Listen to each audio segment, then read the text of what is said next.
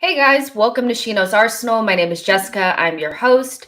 You can follow me on Twitter at It's Jessinho. Or no, not at It's Jessinho. It's Jessinho Tweets. Sorry guys. Anyways, who cares about that? You guys can follow me on Twitter at SheKnowsArsenal. We're doing our player ratings. Arsenal have been defeated at the Emirates by Liverpool, 2-0 in the semifinals of the Carabao Cup. So our cup run, our chances of silverware this season are done. And as to be expected, the fan base is losing its mind, and it's just so funny how like a couple of days ago the cups didn't matter, we're just fighting for top 4, and now all of a sudden the cup meant something. Cups do mean something, and realizing that you have nothing else to look forward to but a very difficult top 4 race puts things into perspective that we need to get our shit together. That performance was I don't want to overdo it, because quite frankly, you lose to Liverpool. It's not really, if we had our best possible team, I think I would have felt worse. But going back, go, looking at that midfield, like, keep it real. Like, we were always going to kind of struggle. And our only hope really was that we got a goal early. We took advantage of their mistakes, which they made very little of. And the Emirates was loud and robust enough where we could kind of push it over the line. So I want to keep it real. It wasn't a good performance, but our season is not over. And so this will be a little bit of a therapy session, but a little bit of a keep it real session, because, like, let's keep it real. The season is not done. And I'm not going to be hearing all this like, oh my gosh, it's over. I've seen the statistics going around that we haven't won a game in 4 and we've only scored 1 goal. Well, we played the best teams in the league and probably in the world, in Man City and Liverpool, 3 times. So, like, what are you going to do? Like, without a midfield for 2 of them games? So for me, it's like, when you put things in perspective, like, we just need to beat Burnley. Like, now we have to focus all of our energy on the league. It's going to be a very difficult top 4/top 6 like race. But I'm seeing things like we're so inconsistent. Well, have you looked at our lineup in the last couple of games? We have not had a midfield. It's so important to have a midfield. If you don't have it, you're going to lose.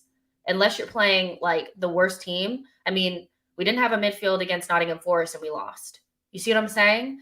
So it's kind of like, I get the animosity and the anger, and we should be angry because we should want to go to the final. But what did you expect? You have Patino, Sambi basically by himself, like, in your midfield. Like, what are you about to do? So I hear it if we were inconsistent before we had our best lineup out there, but it's kind of coinciding with that. So I don't know if I could feel that upset about it, especially because I came to grips with us struggling when we had players missing, because we needed to bring in a midfield in the summer. Like, we knew we needed to bring in like a senior, ready to go midfielder to make sure that the next person up wasn't El Neni or Sambi. The next person was Sambi, and we're ass. Like, so it is what it is. But we're going to get into these player ratings. Let's get this over with.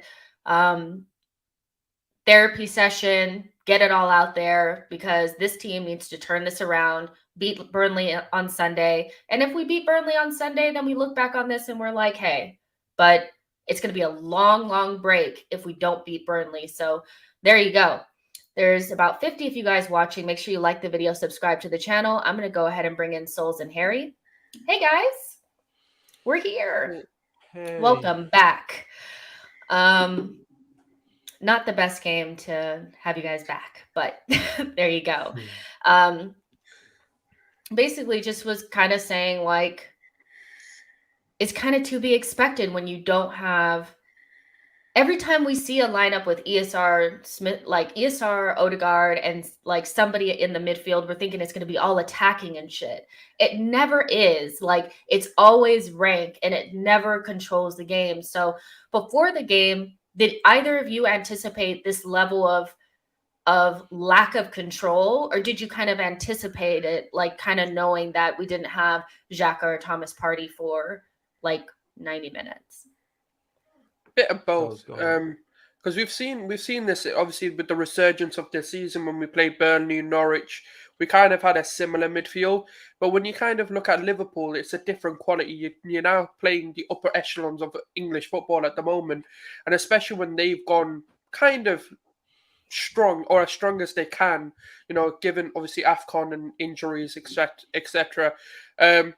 I expected a bit more control. I expected a bit more fight. And I'm not going to lie, though, I expected more from ESR because there were moments in that where I was like, this is bad. Like, this is unforgivable stuff. Like, for example, when we broke through, ESR got the ball and it was a simple pass to Saka and he flopped it. And they're the moments where I was like, come on, a bit more composure, a bit more just level-headedness would have got us through that game, or we could have at least kept it 0-0. Martinelli's having to cover for them. That's something which obviously then means he's out of position when we then counter or when we try and make an attack happen.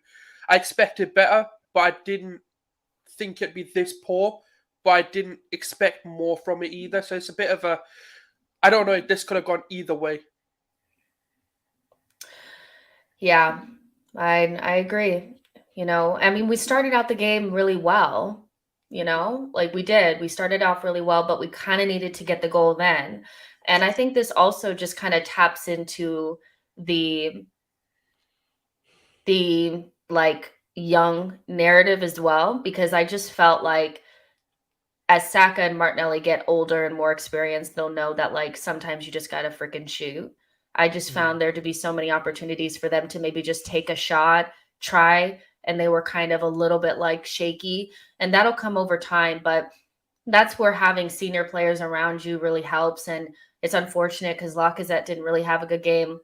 There was nobody in midfield to really anchor us, and the back line was just trying to keep it together with a couple of players that I think we can say that looked rusty / out of sorts.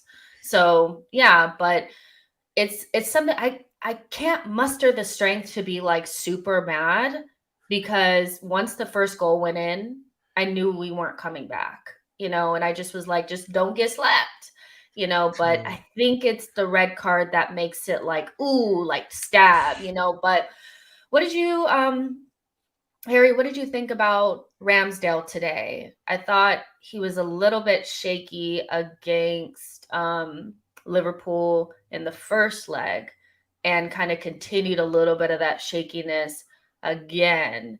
Do you think the adrenaline of being the new Arsenal goalkeeper is kind of worn off and he's a little bit in the shaky zone? And what do you think is going on with Ramsdale? What did you think about his performance today? I thought it had some holes in it. Yeah, I think aerially it was a little bit suspect, a little bit hesitant at times as well. In all honesty, I don't blame him for the goal. I think it's just a case of he's wrong-footed. I also think he's blocked by KT. There's quite a few bodies in front of him. I think it looks really, really bad. And the fact he dives makes it look even worse. I think you see many keepers just usually, when they're wrong-footed, they just stand and look at the ball. And you think, oh, maybe the keeper could have saved that. But because he's dived, I think he made it look worse, but I don't actually think he's at major fault for the goal. But yeah, I think there's perhaps a little bit of a overconfidence, a cockiness to his game, which can work both ways. So I think it's probably sometimes can work out well, almost like a little bit of a reality check, a little bit more of a right. Let's go back to basics. Let's keep calm. Yes, I'm young. Yes, I'm Arsenal's number one. Yes, I can do all of these like media interviews and go on every single podcast that comes my way, but you just have to be wary that you need to stay focused, and you can say that the past couple of games he hasn't looked at his best, but I still think he's been a great signing for us, and he just needs to knuckle down, and like you say, a clean sheet against Burnley, and then we're on the right track again. But yeah, overall today I thought he was a little bit iffy. I just want to add to that. I think he was anticipating too much. When you look at, for example, when he was wrong-footed, he was anticipating Jota going far rather than going near post.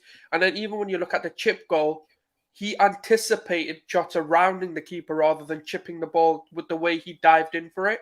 Because in those situations, you're taught to make yourself look bigger or make yourself appear bigger.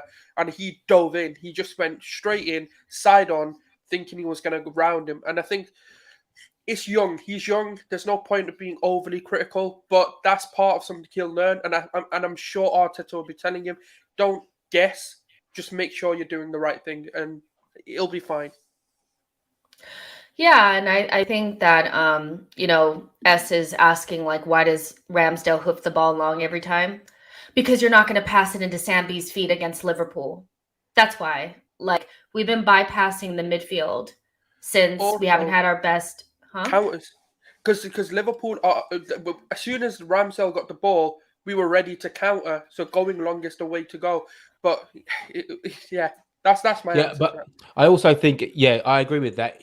That's the way you hurt Liverpool, especially when you can catch Trent a little bit lackadaisical, and you can get in and behind Robinson, even though he's a wonderful fullback. But ultimately, tonight, we didn't have anyone showing for the ball. It's just Sambi on his own. There's no Xhaka, there's no Partey. And I didn't want them to pass it to Sambi. I didn't trust him on the ball. And if I don't trust them, do you think that they trust them? But even when Thomas Partey he took the ball in a half turn, lost it, got his first yellow card. So I just think we were off it tonight. And sometimes, sensibly, I think we've seen many times, right, with Leno, when he would persist in trying to play out from the back. We even saw it with Czech, trying to play it out from the back too many times, and it just promoted nervousness amongst the team. And I think, if anything, it's good that Ramsdale knows when to play it out and knows when to go long. I think it's something that we should almost credit him for, because tonight we weren't at the races. And if you keep trying to play it out from the back, Liverpool hunt you down, and that's when you get slapped 3-4-0. So I think, annoyingly, Ramsdale went long, but I think it was probably the right thing to do.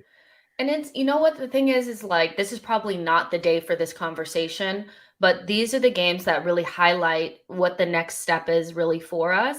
It's not just a striker. It's a striker that can hold the ball up, knock it down to Saka and Martinelli, because Martinelli was one of the only player up top that I felt like was anticipating and trying to, like, at least go for the ball so that there's a second ball. But then Odegaard and ESR weren't there to pick up the second balls. Like, it's a ripple effect. And if you have a striker that can get the ball when we hit it long, then you're not just hitting it to Saka for no reason. You're not just hitting it to Martinelli. Like, you know what I mean? Like, so there's layers that we need to add. And I know people don't want to hear this, but we're just not freaking there yet. And this game, the Man City game, the first Liverpool game, like, these games are what really show us, like, they can have a second string team and we can't do anything. Like, so I don't think we're, like, dead in the water, but, like, we have to keep it real. Like, you know what I mean? So what are we going to give Ramsdale for a rating today? I'd give him a 6.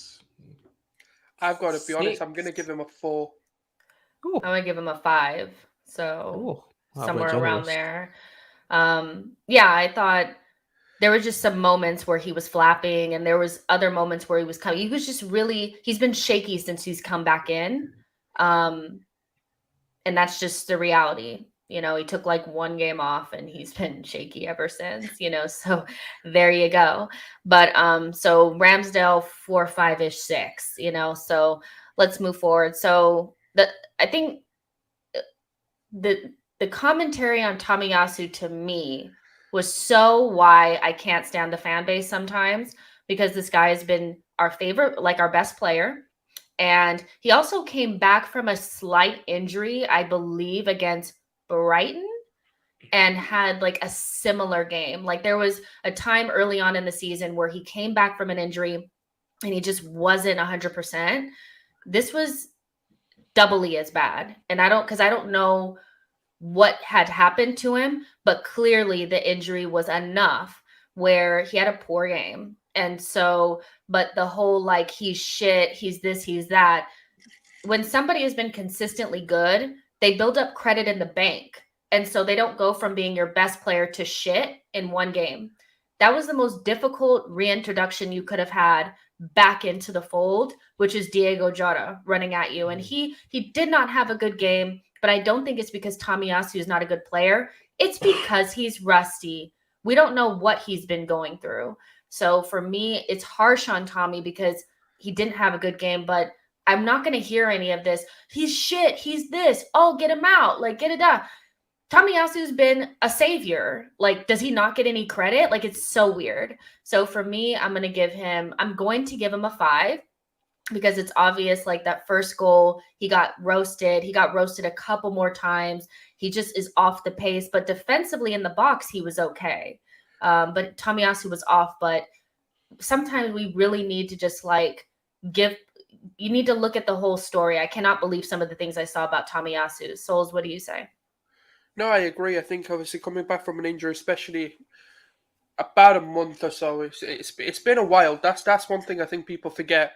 Coming against Liverpool in the semi-final of the second leg, there's also the pressure factor as well coming into a game like this. Forget about whether Liverpool turn up or not. There's a pressure in this, and to just go from not playing at all and being injured to coming back in, and we also don't know the severity of whether he was 100% fit or not, because I do think this game had to go on, and I felt we had to just try and put players in whether they were fit or not. That's kind of what I feel like with a lot of players, especially with ESR, Odegaard, etc. Coming back into the team, they didn't feel 100%, and I think Tomiyasu was one of them as well. So that's why I'm not going to be harsh on him. I think definitely one of his poorer games in an Arsenal shirt. We're not going to hide from that fact. We are going to be as real as we can. I'd say a 4, if I'm being fair. But obviously, with the injury consideration, I agree with the 5. But on his performance today, yeah, I'd say about a 4.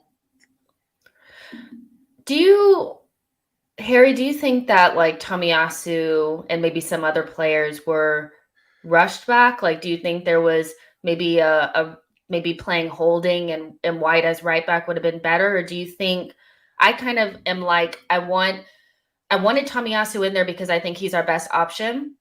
But at the very least, he knocks the cobwebs off before Burnley, which is probably a more important game in the balance. But do you think that Arteta kind of maybe rushed some players back? I know we're going to have a Thomas Partey conversation, but what about, like, Tomiyasu? Yeah, I mean, 1,000,000%. He just looks unfit, which is why I'm even tentative to give him a poor rating, because it's almost like it's out of his hands. He just wasn't ready. Like, I just personally don't think he should have started. And I think if we had a suitable replacement for Tomiyasu against a profile of Jota, we would have replaced him. But I don't think Chambers would have helped. I really don't. I like Chambers. He was Chambers injured injured? anyway. Yeah, he had a neck. Sorry. He wasn't even on the bench. Yeah. Oh, sorry, my mistake. Yeah. So then, I mean, you saw that time when Jota roasted Ben White, when Ben White tried to track him. So I don't know what the answer is. I assume if Chambers was available, he might have started. But I think Jota's a really good player, and Tomiyasu wasn't ready. I think it was so evident that a player who has been literally incredibly solid ever since he's come here, he was so not at the races tonight. Like, he was so not at the races. He lost a lot of duels. He was quite loose in possession. He never really got forward a lot. We didn't feel like he got forward a lot. He just wasn't there. So, I'll give him a 5, but that even feels harsh to me because it's almost like he shouldn't have been playing. Yeah. Yeah. So we all kind of gave Tomiyasu a 4-ish 5. Is that good enough? Yeah. All right. So Ben White, it's just I feel like with the fan base, and, like, when he doesn't play well, I'm, like, honest about it. There's some games where I think he hasn't played well. But in this one, the amount of times that he kind of saved our bacon, stood in holes, blocked the ball, tried to get us up the pitch, tried to pass it up the wings. I get that he had, like, a moment on the side with Jota, but, like, most center backs get roasted there. No center back wants to be out on the touchline. And Ben White is not very quick. And then when you come to, I saw somebody blamed him for both goals. And I thought, how can you blame him for the first goal? I didn't see that. Tomiyasu got roasted, and then Jota dribbled into the box, and they tried to block him, and he did a scuff shot into the corner. Like, I didn't really see that. Then the second goal, how I saw it, and you guys could let me know, is that I don't think Gabriel held his line. I don't think he stepped up and held his line. I think he held him on, and Ben White stepped forward. And once you do that, and then also we were in possession, and Martinelli was trying, and somebody needs to talk to the kit man about what's going on, like with the shoes, like with the boots, because like literally everybody was slipping, and Martinelli had done so well and then slipped. Alexander-Arnold got the ball. No other right back can see that pass, and Gabriel doesn't step up and hold his line. Ben White steps up, and Jota's in on goal. And Jota is like a world-class player. Just because he doesn't get into the Liverpool team, he's trying to get in beyond Mane and Salah, but that guy is good. So when I look at the Ben White, it was horrible. He had a terrible game. He was this. I thought he was our best defender. I thought there were so many moments where he cleaned up messes and he was our only way of distributing from the back, because I mean, Ramsdale was trying, but Ben White was also given like the reins on that, and Gabriel was not helping with that. And I just find the commentary on White is always like he was the closest one to the ball when it went in, so it had to have been his fault because he's 50 million and he should be able to stop everything. And I think it's bullshit. I thought he was good against Liverpool in the first leg, and I thought he was good today as well, like just under Martinelli and Odegaard for players that can really hold their head up high. I've really grown to like him a lot, but I'm going to give him a 6.5. But like people were saying that he was like literally ass, and I couldn't see it. Like I couldn't see it. Harry, what did you think about Ben White? Yeah, I agree with you, to be honest. I think on the first goal, he's there. He's in a position to block the shot, but Jota just manages to scuff it, to bypass White. I think for the second goal, I think you're totally right. I just think it's a bit of miscommunication from Gabriel's perspective in terms of not reading the line. It's a marginal offside call. So if Gabriel is literally 2 or 3 inches forward, Jota's offside. So they're very close to playing it right. But I think that was at Gabriel's fault. I think White, try to make it happen for us tonight. Try to play the balls quickly forward to Lacazette and to Saka, and a few crossfield balls to Martinelli. But we just lacked that finishing touch up front. I thought Ben White was decent. I think he won quite a few aerially. It's weird for someone who was questioned, a lot about his heading ability. I'm actually being pleasantly surprised about his heading ability. I think he's pretty decent in the air. I thought he had a decent game. I think out of the 2 centre backs, I think Gabriel looked the poorer. But like you say, because Ben White is English, because there's a 50 million price tag, because everyone compares him to Varane, and because everyone questions every signing that Arsenal and Arteta have made, I think people are just out to stick the knives out. But I thought he performed pretty well, especially when you're considering he had no real, structure in front of him, which makes his job even harder to play out of the back. It makes his job even harder to have a rest. There were so many times when Trent and Robinson bombed down, put crosses in non-stop for a defender. So you're running back, you're clearing, you're turning, you're getting up the pitch, you're running back, you're clearing, you're getting up the pitch, just non-stop doing that all, repeatedly over and over again. So I thought we'd done pretty well considering how poor we were overall. And usually if the team, if the midfield are playing poor or the strikers are playing poor, ultimately defenders have to defend a lot. And considering how much he had to defend, I thought he did pretty well. So I would say a 6 out of 10 as well. What do you think, Sol? I mean, Gabriel didn't really help him at all, especially for the second goal. If you look at it, Gabriel's the one that kept him on side, and it's just unfortunate in that situation. I mean, he was the only one distributing. Again, Gabriel didn't help with that as well. And it was just one of those weird performances where I don't think I've seen a lot from the team, so it's a bit difficult to really judge. And I think from the back line, he was the only one trying to defend. Even Ramsdale had a tough time today. Tomiyasu obviously was a bit difficult. And then when you look at in front of him, the only person he had supporting him was Odegaard. And, as good as Odegaard is, he's not a defensive midfielder. He's not someone who's going to really help there and be a dominant, such as like a Partey being there, for example, or even Lokonga playing next to Xhaka instead. And he had a difficult task because he was having to cover up for basically three players, both sides of him and then one in front of him. So a 6, I think it was. I don't think it was his best performance, but I think it was a performance that he can still put his head up and say, you know what, I gave it my best, given the team and given the support I was given. So yeah, no, that's the way I see it. And we know that there's always the underlying narrative where a lot of people, they just want their confirmation bias. And so he's the closest one. If we get scored on anytime, I see Ben White as kind of always the one that's, kind of at the forefront of anything. And that's because of the Saliba narrative and the 50 million and all of that. So that's going to be his story until otherwise. But I have to be honest that I just can't see beyond that midfield. And when I looked at those 2 goals, I thought if Gabriel had just held his line, also we were in pretty good possession. Liverpool just dropped those balls on the top of your head, and those boys are very clinical. And so I hear what people are saying, but I can't see the whole White hate. It's weird. Arteta said on Tomiyasu that he's done incredible. We didn't want him to play, but the moment that we knew Cedric and Chambers were unavailable, he said he wanted to play. So for all you Arsenal fans that are sitting there turning your back on Tomiyasu and saying how shitty he is, he shouldn't have even been out there and he still played. So calm down, relax. So yeah, but there you go. So Tierney actually got Gabriel. I thought he was just meh. He really didn't have a monster game. You know how Gabriel has his monster games? He didn't have one of those today. He didn't really do anything stupid, but he didn't really do anything good either.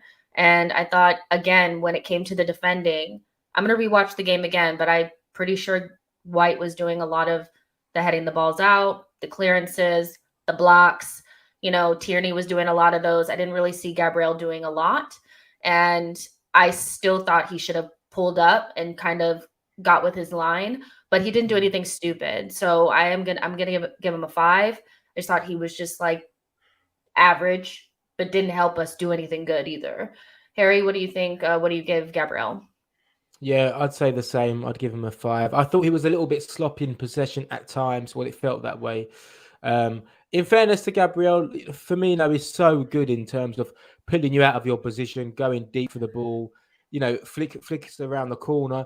And also Liverpool centre halves, as soon as they get the ball, they'll look to hit their centre forward as quickly as possible. And Firmino is that guy. So I think it's hard to play against Firmino because it's not a traditional kind of, centre forward, centre back battle. He makes it tricky for you. But yeah, I thought Gabriel did have one of those games. And I think you can see it from Gabriel quite early on, what sort of game you're going to get from Gabriel, whether it's going to be a really, really dominant and aggressive performance. And today felt that it wasn't that. I wouldn't be surprised if he was someone that was struggling a little bit, to be honest, because I didn't see that normal, energetic, aggressive Gabriel that we've seen so far this season. So yeah, I'll say a 5 out of 10.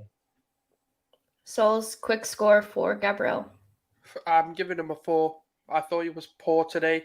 On possession, off possession as well. I think he really lacked concentration for me.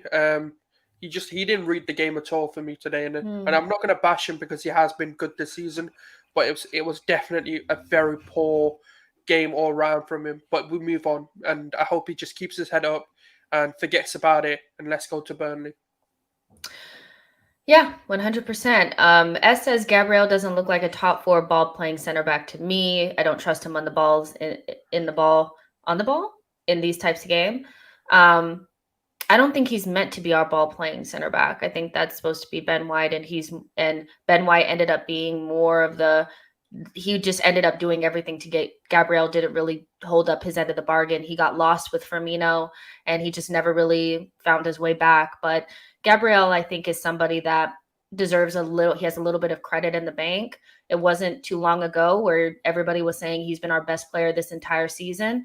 And you go into a run of games where he played against City, had a blunder, played against Liverpool, then played against Liverpool, and now we're trying to convince ourselves that he's not the guy that we thought he was. He's 24 years old, and I'm willing to give him more time to cook. Not one of his best performances, but this is kind of what you get with a young team. Rough with the smooth, 100%. There's about 130 of you guys watching. Make sure you like the video and subscribe to the channel. Let's talk about Tierney. I almost said Tabriel. Tierney, I thought was interesting. He did get the armband when Lacazette left the pitch. I thought Tierney was just okay. I thought that he worked really hard like he always does, but we all struggled going forward, and he was no different. He just was just okay, and I can't really fault him. Neither of the goals really came from his side per se. I know Martinelli was on that side and Trent found that pass from that side, but that really, to me, wasn't them going down his side. At a certain point, you'd know that they kind of decided we're going to go against Tomiyasu because he's the weaker of the two today. So I'm just going to give Tierney a 5 and just move on. What do you guys think? Are we okay to give Tierney a 5? Any extra that we want to talk about? Souls? He lacked composure for me. I think there were moments in the game where he could have just held the ball a bit better or make a better pass. But again, do you know what it is? It's so hard because it was kind of just the team was doing that, so he didn't really have an option. But I do think this was definitely... I mean, it's not the only one, but it was a poor game. I thought I expected a little bit more composure from him, especially with the shouts of him wanting to be a captain or being a leader. You'd expect him to be the player to not be getting us into tricky situations sometimes. So that's the only reason why I think I'd say a bit lower. But yeah, it was just kind of the team didn't really help him either. Yeah. And there's just a growing theme here when we don't have Xhaka and Thomas Partey playing in our midfield. There's just struggle. no build up, is there? There's no build up. No. So those overlapping runs that we'd see Kieran Tierney, do a lot where he overlaps and someone goes inside. That just wasn't there tonight. It wasn't really there because the foundation isn't there. So the foundation and the structure's not there. So that means it just affects almost absolutely everything, like to the side of you and to ahead of you. So it felt like Martinelli was doing a lot of things on his own tonight, which was great. But there were a few times when I was thinking, I'd love to see, KT overlap there, but we just never opened up the space, to give him that run. We never kept the ball long enough to make Liverpool squeeze us a little bit and then play those balls around the side. We just never had that. So I think, KT did what he had to do well. Did he do any extra? No, he didn't. But I almost feel like he couldn't because we just didn't have enough of the ball to allow him to get forward consistently and really push their fullbacks back.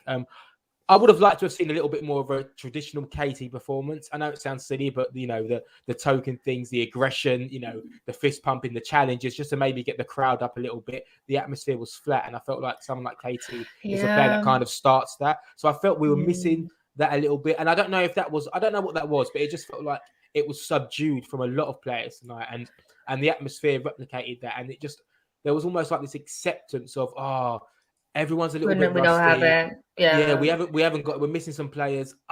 This isn't our day, and that's not a criticism of Kieran Tierney as such, but you just expect to see that rawness about him. But yeah, it wasn't to be. Newman, I'm going to stop you right here. Let's not have Emery revisionism. Let's just go back a couple of games before this. Since Aubameyang's been out of the team, which has been since Everton, we've scored like 19 or 20 goals. So we have been good in attack. And I don't remember Emery ever really scoring goals against Liverpool or Man City. I think we've been poor against them since Wenger. So let's not revise it and act like we had this great attack with Emery. We had Aubameyang and we had nothing else. So it's kind of like, let's not revise history here because Arteta and Arsenal lost a game. We didn't score goals with Emery against the top teams. We didn't score goals against the top teams with Wenger. And we haven't done it with Arteta either. So yeah, but in the last couple of games, before this really difficult run, we scored 20 goals. It's a shit ton. I feel like That sounds like KT's got quite a lot of assists recently, or it feels like he's been, he you know, has. a lot of crosses, you know, pulled back to the edge of the box where strikers have almost scored or have scored. So I feel like he's been and I a think decent part of our attacks. one of our issues, like with Tierney, really is we don't really want him in defense. Like, we actually need him supporting Martinelli on that left-hand side, creating overloads. And we kind of got to a spot where I think Liverpool decided, okay, well, we'll double team Martinelli. And then Kieran Tierney kind of got lost in no man's land. And we couldn't push forward really because nobody trusted Sambi to cover that space in behind. And Xhaka does that for us. But again, the next step is getting somebody that can actually cover that space, like can actually cover it, has legs, and so that Tierney can go forward. So when they try to double team our wingers, we can still take advantage of it. They just, like everybody said that Trent got better in the second half. He didn't. They just put in Konate instead of Matip. And every time Martinelli got the ball, they just double teamed him. But Tierney couldn't overlap or do anything because he knew that if they got the ball, they were just going to shoot it into that space. And I saw Sambi cover that space one time and I said, we don't need to do that anymore. You know, so it's just a game of realizing where we are. And being realistic. We don't have the squad depth and our team is kind of young and we just are where we are.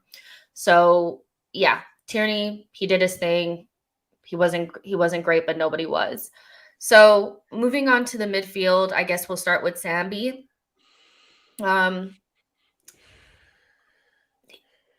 He had one really, really nice ball that he put through for Lacazette that Lacazette really should have did better with.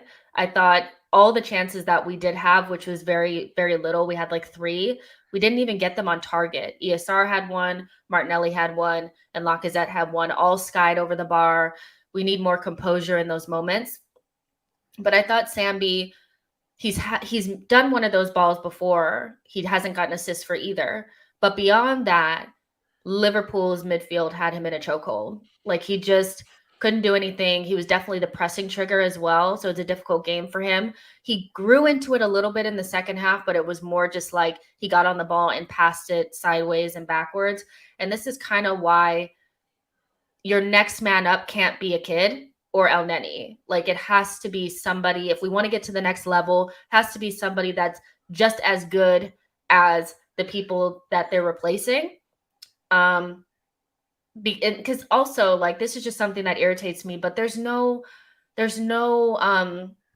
punishment for these players for getting silly reds. There's none, because they come straight back into the team. We know that the next game that they're both available, they'll play, and they have us on strings. So that's something that kind of annoys me a little bit. Just sidebar. But with Sambi, I think he's just somebody that we need to give time to, and he was never supposed to play this amount of minutes. But who would have thought that Thomas Partey and Xhaka would not be available at all this season?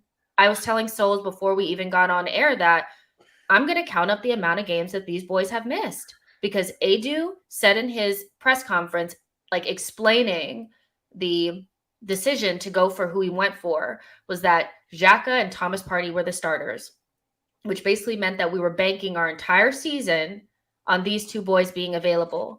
And they have been the least reliable out of everybody in this team. And so it's not on Sambi. Sambi did as good as he could, but it was a tough ask. And I think that he drowned a little bit. So I'm going to give Sambi a 5. He needs to get in the gym. He needs to eat more food. I don't know what he needs to do, but he is lightweight and he is not ready. But hey, it is what it is when the club decides that we're just going to be super thin in midfield, get rid of Ainsley Maitland-Niles, knowing that AFCON is coming. Weird decisions. Souls, what did you think about Sambi? It was a tough ask, and to be fair, he's one of those who doesn't get consistent minutes, and to throw him into a game like this as well, especially to play kind of a lone pivot in a way.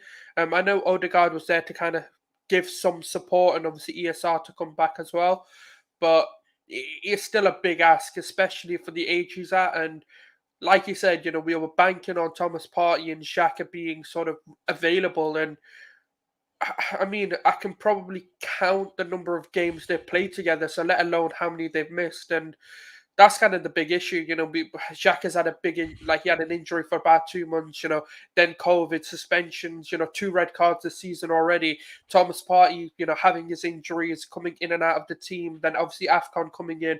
So it's unfortunate that he's obviously the next man that we're relying on. And to be fair, like for an expectation level, I don't think I expected anything more from him. I don't think he disappointed. I don't even. He wasn't at fault for anything. I don't think he gave away any silly possession. So for that reason, yeah, you've got to give him like a 5. But because we're being obviously quite honest, we're not going to go giving him 6, 7s just because his expectation he didn't really do anything wrong. But there needs to be a bit of mentorship, and the people who's getting mentored by a Xhaka and Partey who have been, of a better word, inconsistent this season. And it's very unfair because him and Ainsley Maitland-Niles actually had a good partnership and arguably probably been better together than Xhaka and Partey have been this season. So it's tough. It's really tough, and especially with a midfield of Hendo, Fabinho, and can't remember who else they played, but even coming up Curtis Jones, yeah, like who is a phenomenal youngster who's got a bright future ahead of him, and to come up against Fabinho and Henderson is a big task for any young midfielder. You're talking about 2 Champions League winners, starting midfielders for that Champions League side as well.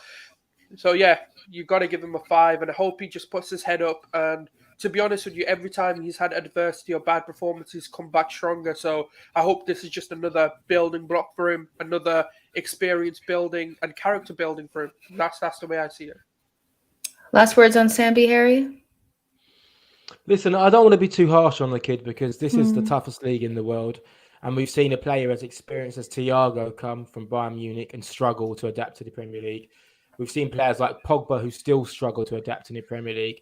We've seen a player as talented as Bruno Fernandes come in and out of the Man United team.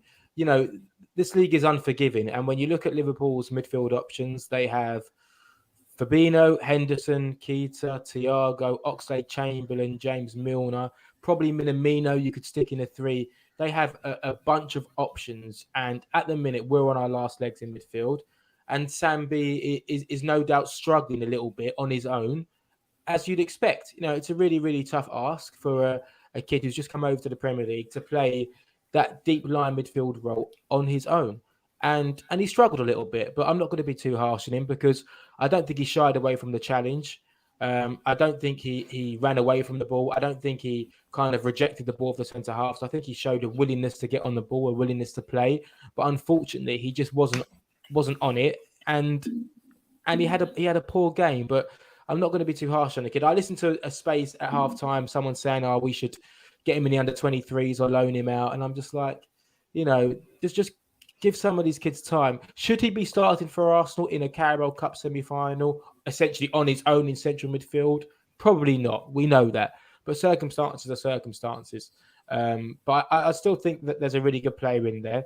I just think he needs a bit more structure around him to show what he's good at. And obviously, in a makeshift midfield 3, playing with 2 number 8s or 2 number 10s, you're not going to see, the best of Sambi. So I'm going to give him a 6 out of 10 just because I don't want to be too harsh on the kid, and I think he's got a bright future ahead of him. Okay, so I just want to say this really quick. How dare some of you, you need some shame. Please have some shame. Just a couple weeks ago, I was saying that we still need to look and see what Edu is going to do in the next window and all this kind of stuff. And I was getting slated because he had literally the best window in the world. Now that we're realizing that we probably should have got midfielders, now all of a sudden it's, well, what was Edu doing? Why didn't we sign Basuma? Why didn't we do that? We just have to keep it real. We bought 6 players and it wasn't enough because we're in a rebuild and it's only been 1 season. Actually, it's been, let's say we had 2 windows where we started. 2 windows ain't enough.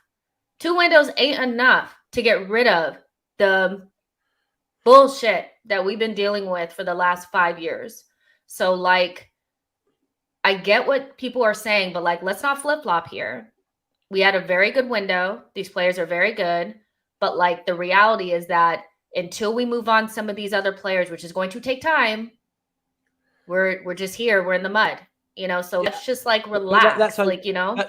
and that's okay though. You know, I think it's important to understand that if we're going with Arteta's style of football, Arteta needs his style of players, and we only have a very small amount of those players. We are still we know we are 2 to 3 players in our first 11 away from being the finished article. We know central midfield is where we need to upgrade. We know for sure striker is where we need to upgrade. You could argue maybe left wing, right wing is somewhere where we might look to improve, depending whether you start Saka, Odegaard, ESR, whoever it is. And then we know beyond that, there isn't really a like-for-like replacement. If Tomiyasu is injured, we do not have a like-for-like. If Ben White's injured, we do not have a like-for-like.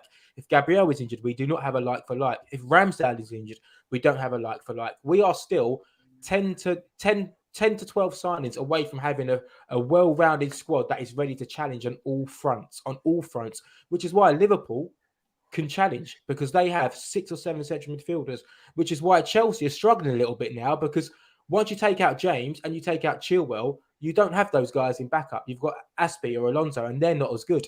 So I feel like we just need to understand that we need to take away the 8th place finishes and a lack of patience about being out of a title race for 17 years and not being where we need to be. We need to treat it as a new project. And in that new project, we still have a very long way to go in terms of recruitment. It's annoying this window that we haven't acted quicker. We haven't gotten it yet. Yeah. We haven't risked it. But because of previous history, we're not in a position where we can just go and get Basuma. We are in a position where we say Basuma, Arthur, how do you pronounce the guy's name from Fiorentina? Yeah.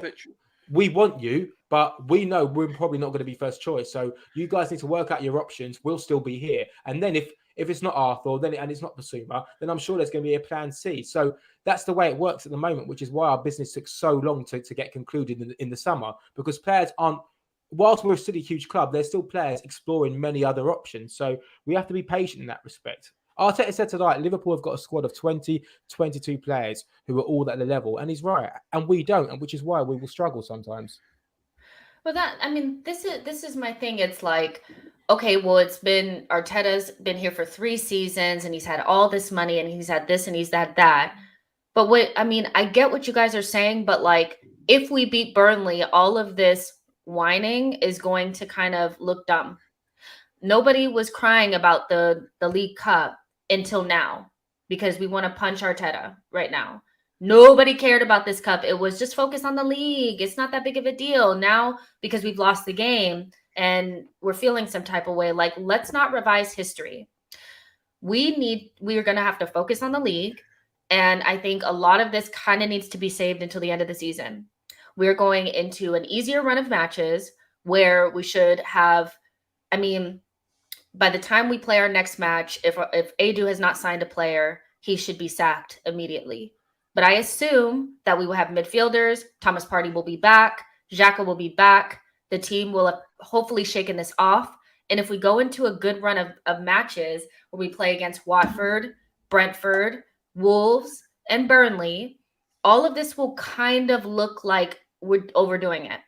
I'm not getting wrapped into it, because realistically, losing to Liverpool in a semifinal of a cup is not the end of the world when you didn't have your first choice.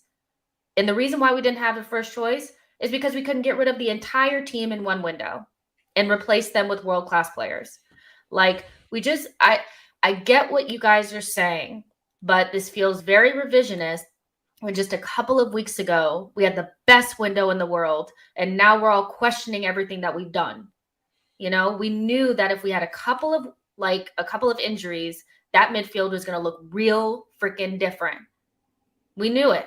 So, like, I guess I want to see what happens at the end of this run. I'm not going to do all this, and I need to see the end of this run before I start, going into exactly. But what's evident is that any signings or any deals need to be accelerated, because essentially, whether or not we like it, we're out of 2 cups, and you could argue that if we had that extra body in midfield, we'd be in those cups. So that's when I say to myself, well, if you're holding out for Basuma, so you don't want to commit to Arthur or whoever it is, I would personally say next time just go for whoever's available immediately, because it would affect results, which obviously would affect form and affect player confidence. And I'm sure Arteta and Edu didn't expect Thomas Partey to come on and do what he did, or expect Granit Xhaka to get another stupid red card. But it's where we are, and we go into some games once again, you know, only with one recognisable central midfielder. So, yeah, it's got to happen quick. It's got to happen quick.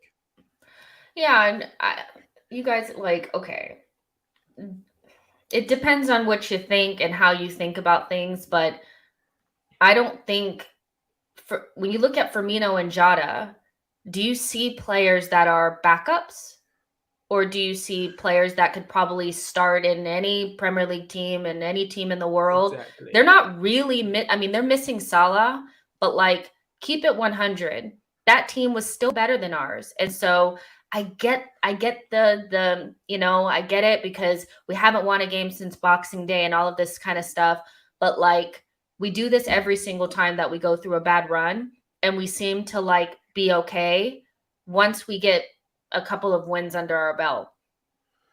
That's all I'm saying, so we can look at this more. Like, I think what we should do probably in the next review, or like the next break, is do a season review, because I feel like we're kind of, after every game, we're revising history. And when nobody's saying I think there's a lot of fans, fans who are upset, and even me, you think to yourself, oh, it's only the Carabao Cup, blah blah blah. But ultimately, silverware is what we want as fans, and that FA Cup victory seems, like absolute years ago, and it seems ever since then there's just been heartache in cup competitions. And you look at how we can avoid that, and today feels like a relatively simple fix to be competitive.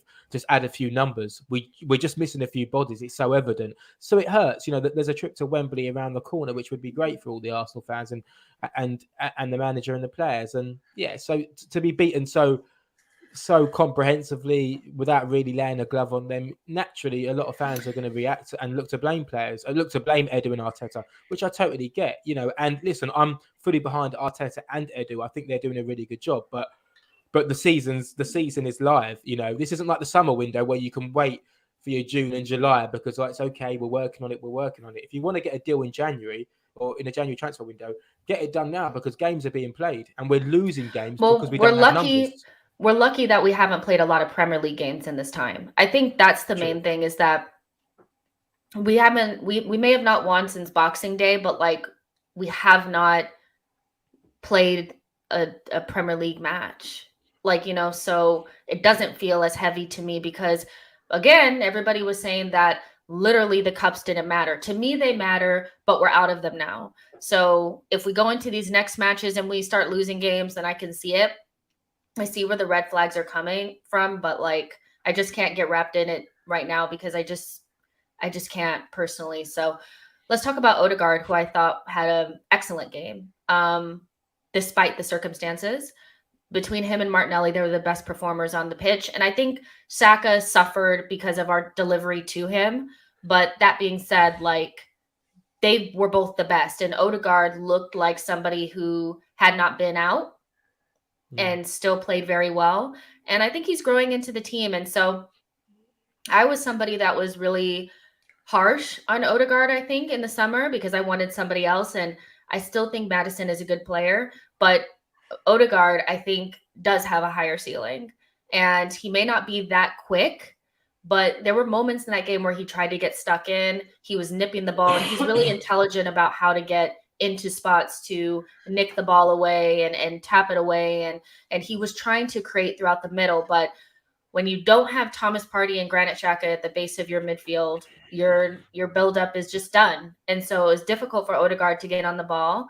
So I still think he had a really good game, and we lost, so I can't give him too high of a score, but I am going to give him a 7. I still think, like, when you looked at our team and you looked at the players that stood out in the game away from home and this game, when things were not going our way, really, the players that stood out have been the same. White, Martinelli, Odegaard, not really, but he stood out in this game, and Saka. Those be the ones.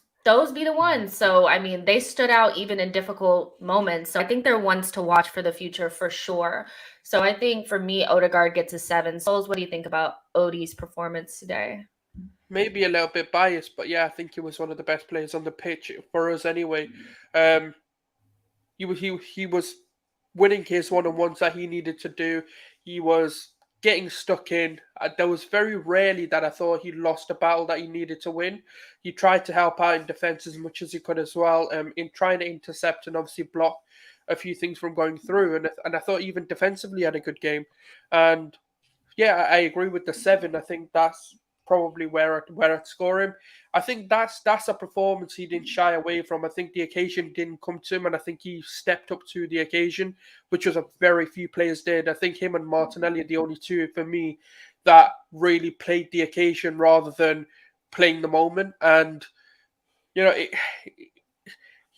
know, he is building to becoming the player that we want to see. And, I've said that we're only seeing glimpses of what he can do, but yet to see a full rounded Odegaard performance that we know he can deliver. And we forget because of how much, I'm not going to say how much he's achieved, but because of how much he seems to have done in the game, and because his hype was from the age of 16, he's been a name around football for a very long time, dubbed to be, one of the biggest stars in football in the future. And at the age of 16, and he's obviously 22, 23 now. I think it's a good acquisition. I still think there's a lot more to come. And we're starting to see that sort of why he's the captain of Norway and why people see him as a captain material, because he steps up and he's got that mentality to want to win games. And that's what we've seen today. And I think, fair play to him. One of the players to step up. So yeah, 7 for me. Harry? Yeah, I'd say a 7, 7.5. I thought he was the best out of that midfield trio, which was pretty unconventional when you think about it. Listen, we've seen that midfield trio a million times, and we know it doesn't necessarily work. So it's going to be hard for someone to shine out. But I think Odegaard did really well. There's a great passage of playing in the second half where he just seemed to get the ball for the right back and then off Sambi and keep on bouncing it around, which I love to see our central midfielders do. I like Erde. He shows a lot of experience for someone who's still relatively young. I just think we need to make sure that he can affect the game higher up the pitch, and for that we need a solid midfield pivot. And as we've spoken a million times, we didn't have that tonight. So I thought he did all well, things considering. 100%. There's about 144 of you guys watching. Make sure you like the video and subscribe to the channel. I want to apologize to Dublin Gooner, who said that he didn't say that. He said he didn't care about the cups. I don't mean to lump everybody in, but I've had a lot of conversations with Gooners. I've seen it on socials. It's not everybody, but before we got to this point, there was kind of like an underlying narrative from a lot of Gooners that they just wanted to focus on top 4, and this was kind of in the way. And they didn't. Cups, we've done cups before, but we really need to focus on top 4 because we've had cups in the past, but we came up empty-handed in the league, and you don't realize how much you care about it until you're out. When the banter comes, when you realize how close you were, when you realize if they had just been a little bit more concentrated. We always feel like this. The cups every game is important, so I knew that if we were out, this would be the feeling. But again, I get where people were coming from, where we still have something to focus on in the league. And when I look at where we are in the league and what's happening this weekend, if things go our way and if we play our game against a really terrible Burnley side, we will be still in the thick of things for top 4 and top 6. So for me, I just can't get into the thing, because I'm not going through the merry-go-round. I did it with the Everton match, and I'm not doing it again. That almost killed me, you guys. I was like in the bed, like sad and like depressed, and I can't do it. Let's move on to the Smith Rowe, who I almost forgot because he was non-existent in that match. Another one that probably is coming back from a tough period because he had not played. I want to give him the same grace that I gave Tomiyasu, because before that, Emil was playing very well, coming off of the bench, scoring lots of goals. So I want to imagine that when we play against Burnley, he'll do a lot better. But this was not a good game for him. He just was kind of a non-factor, where Sambi was kind of drowning and Odegaard was trying to do everything. And I didn't think ESR really tried to get on the ball as much as I would like him to. And I remember in the lead up to the game, I was saying that Odegaard, Sambi, ESR midfield would suffer because ESR is just not an 8. He's not yet. I know that we project him to be in the future, but he just is not that now. He's very lightweight. He's just somebody that does better with a lot of space in front of him in non-crowded areas, and he's just not there yet. And so, but it could just be because he just hasn't played in a while. But I am going to give him a 5. I think he's fine, but was not his best showing. Quick ratings for ESR. So yeah, 5. So, sorry. So, 5. I just don't think he was fit. I just don't think he was fit at all. He looked rusty. Touch was off. That pass in the second half was really, really annoying. He wasn't fit, and I hope he gets fit for Sunday because he's all we have at the moment. So 5 out of 10. Yeah, no, I agree. I think the only disappointing thing with ESR is this season has been every time he's been given an opportunity in the starting lineup since obviously the off the bench performances, he's not really taken his opportunities, and that's a bit frustrating for me. Yes, off the bench, yes, we can all sit here and go, yeah, he deserves to start because he scored or got an assist or he's done something, and we're all like, why isn't he in the lineup? Why isn't he in the lineup? And then when he gets an opportunity in a cup game, this is the second time where he's looked a bit disappointing. Now, of course, he's played an 8 rather than playing out wide where he probably preferred to play at the moment. But again, you have to take your opportunities, and this is another showing to why he doesn't get the starts. I don't want to go in on him because he's been arguably one of our best performers this season. He's on double figures in terms of goal and assist contribution. I think he's on like 9 goals and like 5 or 6 assists, which is phenomenal because we've been asking ESR and Saka to add end product, and ESR definitely has. He's coming into double figures for both goals and assists this season, and I think he will, end on that. But it's just another disappointing showing because we know he can do more than this, and it's not even positionally. It's just more his passing was off. His sort of what you expect him to be good at, he wasn't good at today. But again, he is coming back off an injury, so I don't want to go in on him too harshly.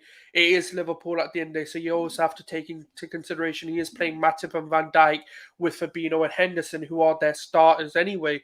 So when you look at that, I'll give him like a 4-5, but he really does need to take his opportunities when he starts. Yo-Yo makes a point that ESR should have been subbed off in the first half like others. I feel like that might be a little bit of like Tavares, maybe. Do you agree that maybe he should have been taken off? Like the thing is, we had no options. That's the only problem. Like to make any replacements or substitutions, you're looking at a system change. Going to a 3-4-3 or whatnot, because there was no like for like. Apart from Eddie for Lacazette, there was no natural replacement for any midfielder. So that was the problem we have. I agree. I think maybe a system change could have been experimented at half time. But if you look at the start of the second half, we actually started it off okay for about 5 minutes. I just think it was an off night, and when your base and your foundation aren't functioning well, it's really hard for midfielders to contribute and impose themselves. If you combine that with rustiness and match fitness, it's a recipe for an average performance, and that's what ESR unfortunately gave us. But I don't think there needs to be any dramatic conclusions about his overall game or about his future or his place in the team. I think it was just an off day for him and many other players. Yeah, for sure. Let's move on to the front line. I guess we'll start with Bukayo Saka. I think he was mostly bad because the service to him was really shit. I have to be honest. I just think we're lumping the ball up to him. Robertson obviously is the better of the two defenders of him and Trent Alexander-Arnold. So you have to be more clever in the way that you play Saka in. And we weren't playing the ball in between Robertson and Van Dijk. We were playing it just right to Robertson or right to Van Dijk. And it was just very telegraphed and obvious. And that's kind of what happens when you don't have the ability to mix it up with the midfield and make them come out and come forward. And then those gaps appear. And they had already clocked Saka because Saka had run riot on them in the first round, so Saka, I think, was a little bit unlucky. The one thing that I will say is that when he did get into good positions, and I think this will come in time. I don't know why he was so hesitant, but he seemed not to make the decision quick enough, whether he was going to cross it or shoot it. And sometimes I just wish when he had like just a small opening just to try to shoot. How many times have we seen a player shoot and it didn't look like anything was going to happen and it ricocheted out for a corner, or it went in the back of the net, or it made an opportunity for somebody else? And I don't think we took enough risks in the way that we passed. And I also don't think we took enough risks in the final third. We never got to the point where we just started to shoot, and try to create mayhem and confusion. And that's what Saka's usually really good for. And so, yeah, I think Saka was disappointing today, but I understand the circumstances and why that happened. And so I'll give Saka a 5, but he's somebody that I think will really needs a rest as well. But we're going into that little international break, and I'm not sure he's going to get it. And so we just have to hope that this is just a little like blip, and we can get back into Saka looking like Saka. So, Souls, what do you think about Bukayo? No, it's very contrasting, obviously, differences between him and Martinelli. What I wanted to see from Saka was a bit more decisiveness and a bit more quick thinking, rather than sort of a Pepe-esque performance. That's kind of how I seen it today, where he did everything right, but then he didn't really know what he wanted to do. So then what he ended up doing was cutting back again and trying to take the man on again. And that's kind of what we see with Pepe, and why we get so frustrated with him. And I think we've seen a bit of that today in Saka. And there were times where, you're hoping you shoot. Like when you see Martinelli, for example, there were some shots where you're like, why did you shoot? But then he'd win a corner. Or, the goalkeeper, it'd rebound off the keeper. And if Lacazette wasn't playing as a right back, he'd be there to kind of take the rebound on. And that can obviously open up opportunities for a lot of people as well. So it's a disappointing performance, should we say, from Saka, especially when you look at the first leg, when you look at kind of what he's done this season. He didn't run riots. He didn't really, he's one of those players where we look to grab the game when the game ain't going for you. And today wasn't that for me. But, again, the service to him was poor as well. Rather than, kind of giving the ball to feet, we were trying to get him to chest the ball down or head the ball down to himself. So you have to look at other areas as well and see whether that's at his detriment or whether we were trying to help him, but he was just poor. But I just don't think we gave him the ball that he could affect the game with. So it's one of those. It's a weird one. But it was definitely one of his poorer games, and I think it's one of those where you learn from. He is very young, and we do forget that because of how good they've played. And we start to compare them to, sort of senior level players and players that should be doing it week in, week out. I think, it's a 4 for me. It was just one of those where how he's going to come back stronger. He never has inconsistent games. So, yeah, that's the way I see it. Quick word on Saka, Harry? Yeah, I'd say a 5 out of 10. I think if Pepe was fit and available, I feel like it's a game where you probably would have rested Saka. I thought he looked quite tired. I think he played really well in the first leg, but the dynamic of the game was totally different. Liverpool were attacking us, and there was a counter-attack on all the time where he could almost be in a foot race with Robinson, whereas this was different. He was getting balls launched at him with his back to play, and Henderson was coming across to make it hard for him. So it was a lot harder for him to impose himself on Robinson. I think he's better when he's standing a fullback up facing a fullback rather than with his back to play. An off night for Saka, as it was for everyone else. Hope it's just a small blip, because once again we need him for Sunday. Yeah, for sure. So there's about 150 of you guys watching. Make sure that you guys like the video and subscribe to the channel. So let's move on to Lacazette. We definitely got the old version of Lacazette. He was ass today. And I thought, this is like, you could tell, like, this is why the club was looking for a striker in the summer. And it's just a shame that we couldn't get it over the line, because you cannot rely upon Aubameyang, Lacazette, and Nketiah through an entire season, because none of them are to the level in which we require at this point.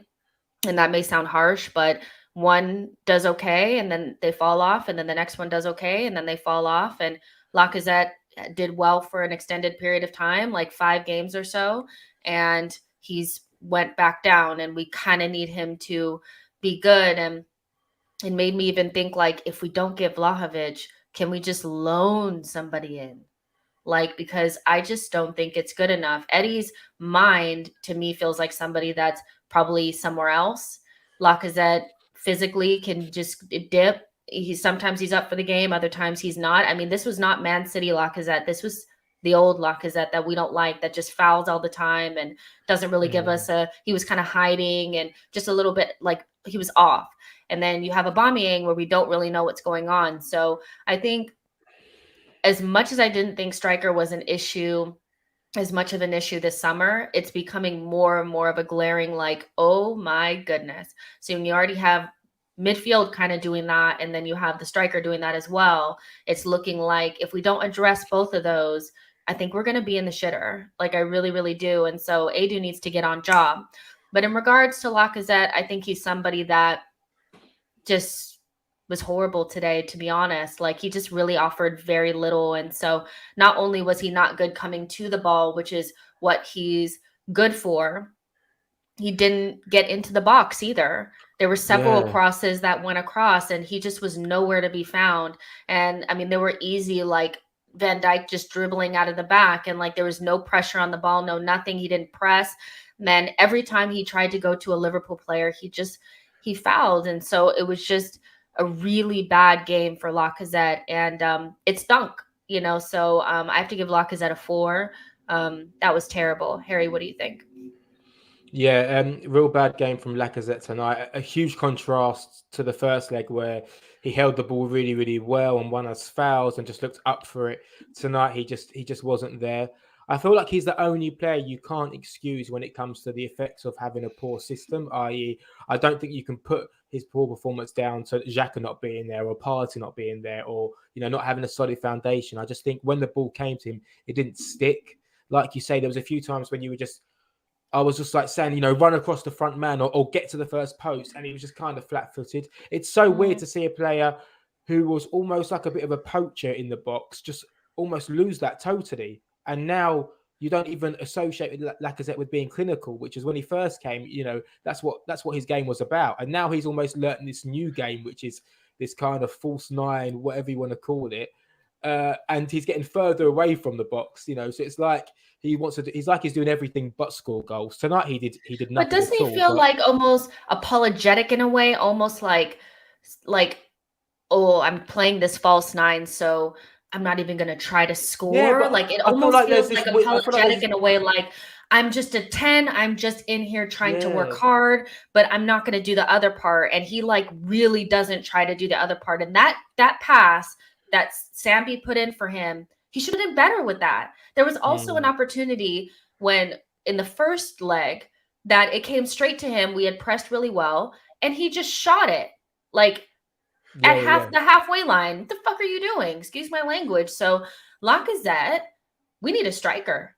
Like we need air. Like it's actually scary. Like I'm actually like, the more I think about it, I'm like, wow, we have no striker. But we do, and there is this weird acceptance of him that it's almost like, oh, don't worry, I don't have to get into the box because I'm doing everything else for the team.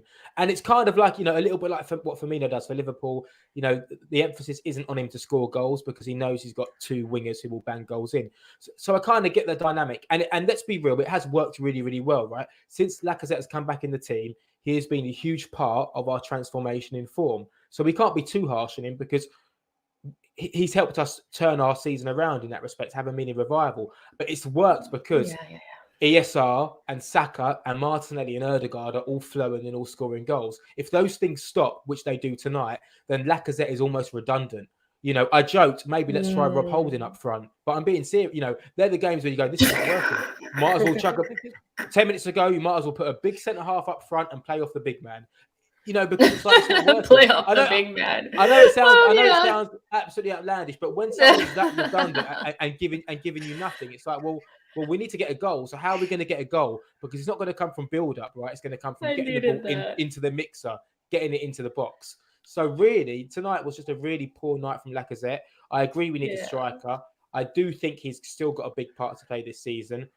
Contract extension, I'm not really down on. Keeping him as a first choice, I'm not down on, but I do think he's still got a part to play this season. Eddie 1401 says, honestly, guys, if we can add a game winner, which is something that we don't have at the moment, Martinelli and Saka are trying to become those players for us, and they will. But somebody who can take the game and change it, that's like a striker, right? And that's what like somebody like a Vlahovic could do, because he doesn't have like the same build-up ability as Lacazette, but you'd almost trade that for just having somebody with some freaking presence in the box. Like, Exactly, like you said, lump it up to the big man. Like, at least the Van Dijk and Matip and Konate had nothing to do. Nothing, because Lacazette was just, he wasn't even throwing it about. And that's why I'm kind of like, even Martinelli probably would have did a better job, like in terms of just at least throwing it about. Like, I just need you to like do something, you know, besides just run up behind people and just foul him, you know. But I think if we had another central midfielder available, I think that change would have been the perfect change. Would have been to put on Partey, take off Lacazette, you know, and bring on someone else where you put Martinelli up front.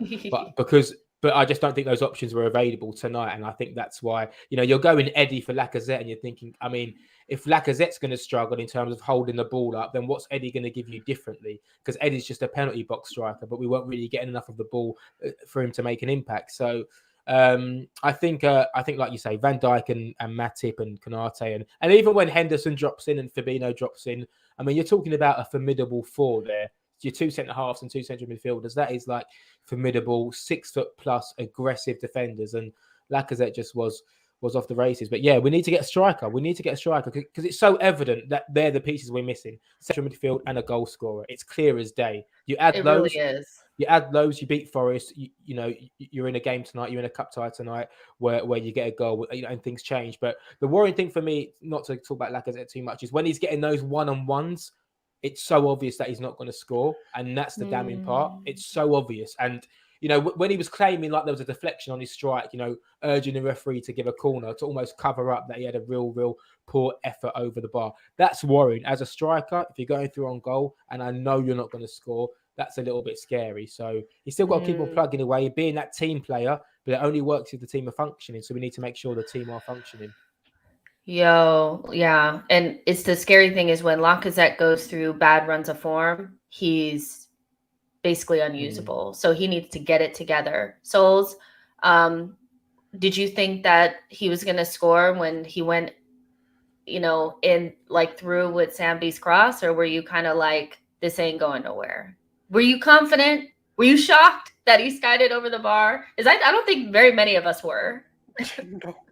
I'm not surprised at all. Like the thing is, yeah, like I think we are being a bit harsh. I don't think, you know. I think when we look at a player's performance, we look at, you know, you kind of want to see for like a world class player or a world beating or one of the best in the league. Let's say we're looking at, you know, sort of an average of 4 good games out of 5, and you know you have your odd one sort of baddish game or, you know, below average, let's say. And I think Lacazette does have that, and I think, you know, you kind of give him 3-4 games where he's played really well, and this is an off game, and I think that's how I see him anyway. Again, I just think his urgency to not get into the box once he's kind of played the ball and he's gotten, you know, he's done his build up, let's say, is what worries me, is because it's legs, those Souls. It's legs. I don't think he's got the legs to do it. That's the problem. I think once he goes deep, he runs out of puff. He goes, if I make that run front post, that's me. He was gassed from minute 30. Like, he was done already. Like, and I don't know why, because we've been off for a while, but then it's also like, for some players, it's kind of like if you don't play game after game after game, you lose that freshness. And then some players, they need games off. So it just depends. But we don't have a choice because Lacazette is our only choice right now because we ain't got no Aubameyang. So no Aubameyang, you know, so it's we just need to get through Burnley. I'm not worried because I feel like the club understand that, and they know that he doesn't have the legs, and that's why they're looking at Vlahovic and they're trying to go for him sort of full on and trying to be aggressive in the market to try and get him, because he is that perfect profile. And the thing is, I think his sort of build-up play does go under the radar a lot. Yeah. He is that player that can stick with the ball, but then as soon as he plays it, he does run in behind, and he's got the legs to do that. And I guess, obviously, we're trying to compare a 21-year-old who's at the start of his career to someone who's 29, I think now, Lacazette is. So someone who's coming to, sort of the end of his career where he is now going to need to either pick to be a fox in the box or become a number 10. It's kind of like that transition period for him. So it's unfair to kind of compare the two, but at least we're looking to solve that gap or that issue that we're having right now with Lacazette. So the club are aware, and I think, we know he's got his limitations. We know he can do one or the other. He can't do both at the same time, and that's just something we either accept or we have to try and repair that sort of damage. So for me, poor performance, though, very poor. I didn't really understand what he wanted to do or what his role was in the team. And that's where it becomes concerning. At least with the other poor performances, you still understood what they had to do or what their role was. With Lacazette, I had no idea. I couldn't make it out to why he needed to do what he did. So I'm going to give him like a 4. Okay, here we go. So this is another one of these comments that I need to bring up on the screen and address. Do you guys see the type of fluid football Brighton is playing with so much less talent? We have blinders on. We're playing free-flowing football against Man City. We were. Like, for 6 games straight, we played free-flowing football. The thing that I don't really understand is that there are rivals that are trying to rush us and say, well, Arteta's been here for 3 seasons, so why is nothing better? Things have improved, but he's gotten the bulk of his players that we've needed to be able to change the style in this past window. And Nosy, it hasn't been one game. Against Leeds, we did it. Against Southampton, we did it. Against West Ham, we did it. Like, we played 5 games in a row and we were excellent. It was straight after Everton, even Newcastle. Yeah, it was after Everton. So I get why people are like, I get Brighton plays really good football, but they played better football than 90% of the league. The only teams that play better than them is probably Liverpool and Man City, really, if we're honest, on a consistent basis. They've been playing that way under Potter in that particular group for 3 seasons straight. We've had 4 players that start in the team right now that just got here 4 months ago. So can we relax? Every single time that we lose a game, it's but Brighton, but so-and-so. We're still in and around the top 4. We were playing good football. What happened to all the compilations in the last couple of weeks of us playing free-flowing football and Vibes FC? It's just been a couple of games, a couple bad games. I don't understand. We play good football as well. It's just Brighton play better than everybody else. Better than United, better than Spurs. But they're sitting in 8th, 9th place? Relax. You know what I'm saying? Every time we do this. There's a difference of pressure and preparation to when you're playing Arsenal and when you play Brighton. No disrespect to those teams, but you are going to be up for it, let's say, against an Arsenal or a Liverpool or a Man City or a United or a etc. One of the top, let's call them the so-called top 6. But whereas with the Brighton, you may put your foot off the gas a bit. You might not prepare as much as another team, and that's why some teams can look better, but they're not actually that good. If the same preparation was done, let's say against an Arsenal that they did against Brighton wouldn't have a chance. City have absolutely pumped them. And also, when we talk about good football, it doesn't necessarily mean good results. If you want good football, then fair enough, that's all you want. But Brighton haven't done good in the league. They've had one of the highest XGs, but haven't performed to it. Why? Because they haven't got a striker, etc. They've got fundamental flaws as well that Graham Potter needs to come over as well. And that's kind of where I think the big underlying problems come for them. Whereas with us, we're trying to rebuild and rebrand Arsenal and bring it back to the glory days. And I think when people start to talk about talent, etc., that's subjective. We can talk about talent. They've got players that we want. We want Ben White. We got him. We want a Basuma, and that's another player that can really lead the. So they have got talent. It's not less talented players. It's just their overall squad isn't as good as many of the Premier League teams. That's due to their structure and that's due to their sort of stature to not be able to bring those in.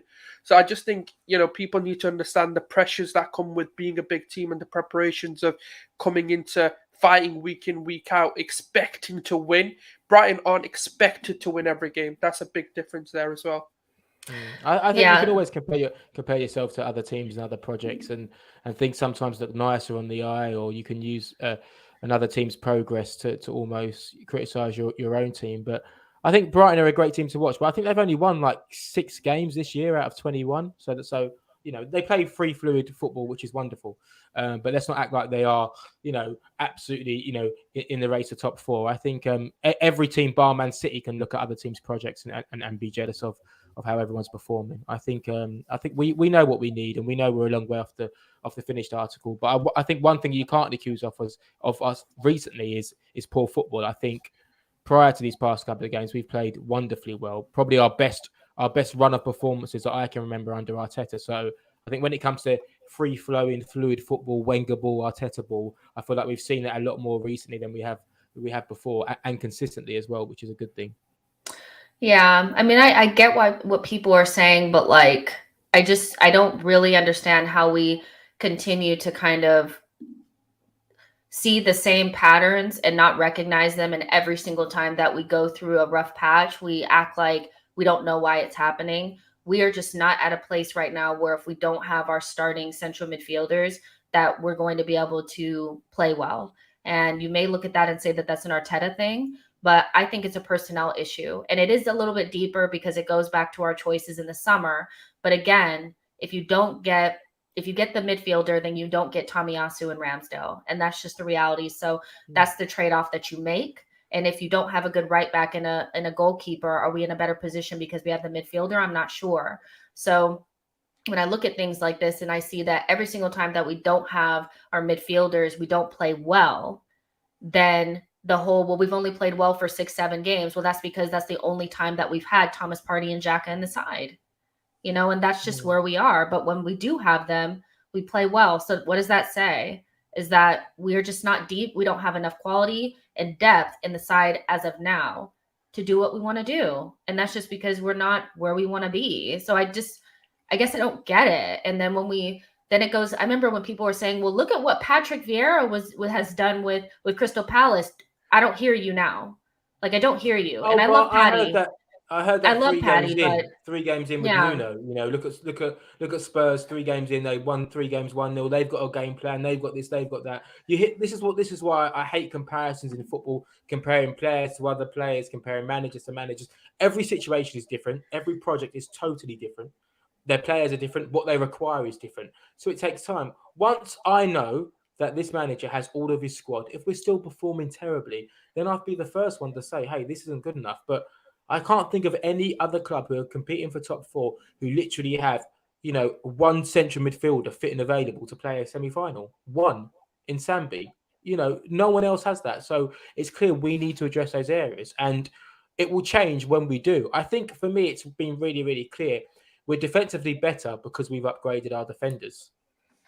And that's Arteta's doing. Ramsdale, Ben White, Tomiyasu. We're now better playing out from the back because he's got his players. So now we need to make sure that our central midfielder area is covered. And then we'll start to see those improvements there as well. So when Partey or Xhaka are out, we have someone ready to replace. And now the pressure is on Arteta and Edu to upgrade. But Jess, I'm with you on this. I feel like it's really clear to see what we have and what we don't have. And when we don't have it, I can't be bothered to moan or get upset about it anymore because it's really, really evident that we don't have it. I don't know what people expect. If you're going into a semi-final and your midfield 3 is Ødegaard, Sambi and ESR against Fabinho, Henderson and Jones, all who have a million more games under their belt, I know it's going to be a tough night. I know we're not going to keep the ball for a long time. I know we're going to struggle to impose ourselves on the game, which means Saka and Martinelli and Lacazette may also struggle. So I totally get the frustration, but there also has to be an acceptance of why we're in this situation, and also realize that it's not going to be a quick game fix. It's not going to be a 1-match fix or a 1-season fix. It's going to take time. Yeah, that's all I'm saying is, and this whole since when does possession equal winning games? I think we've been beyond that fact that like you can have. I think last season we had better possession, but I swear we were worse in every other thing. So possession doesn't really equal anything. And Arsene Wenger has some of you guys in a freaking chokehold. I'm telling you, he has your mind in a locker somewhere, locked up in a closet, and you're like, if it's not Wenger ball, it's not successful. We need to move forward from that. So let's go ahead and move forward and just talk about Martinelli really quick. I think probably our best player on the pitch, most dangerous, kind of got shut down in the second half, but never like really like got going in that second half the way that he did in the first half, especially in those first 15 minutes. But apparently Klopp had some like very good things to say about him. We know Liverpool love Saka and love Martinelli. So we have good players on our hands, but this is also why the board needed to get off their hands and make the signings so that we can go ahead and progress, because there are people looking at our players and I'm scared, so when another manager compliments one of your players, you're like, shut the fuck up, don't ever mention his name again. you get all precious about them. It's like, no, don't patronize us, we know they're good. Exactly. Don't talk about them. Exactly. There should be some sort of like copyright infringement, or that they can't mention our players' names. Exactly. It's very like, but we know we have something. We know that there's something special there with Martinelli, and I think these next run of games are going to be important for him, because I can see him getting quite a bit of goals, like in these next couple of matches. But he needs better players around him. He needs somebody better up top, helping him. He needs a better midfield behind him, and it's his breakout season. It just is. I think we were talking about that before the season started. This is, for me, his true breakout season, because I think he's showing that it wasn't a blip, before.